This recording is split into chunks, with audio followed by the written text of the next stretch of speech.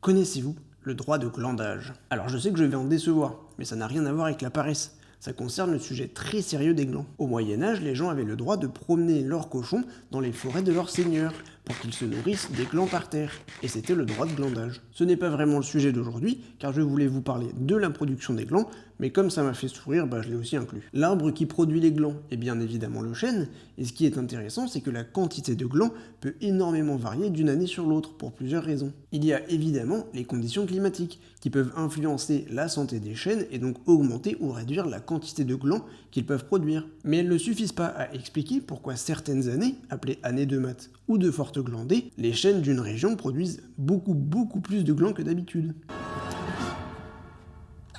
En fait, c'est une stratégie pour optimiser les chances des glands de devenir des arbres. En produisant peu de glands pendant plusieurs années d'affilée, les chênes limitent les populations des animaux mangeurs de glands, comme les sangliers ou les écureuils. En se déchaînant sur la quantité de glands une seule année, les chênes s'assurent que les prédateurs ne seront pas assez nombreux pour manger tous les glands, mais sans leur permettre de se multiplier. Allez, on glande pas et on s'abonne.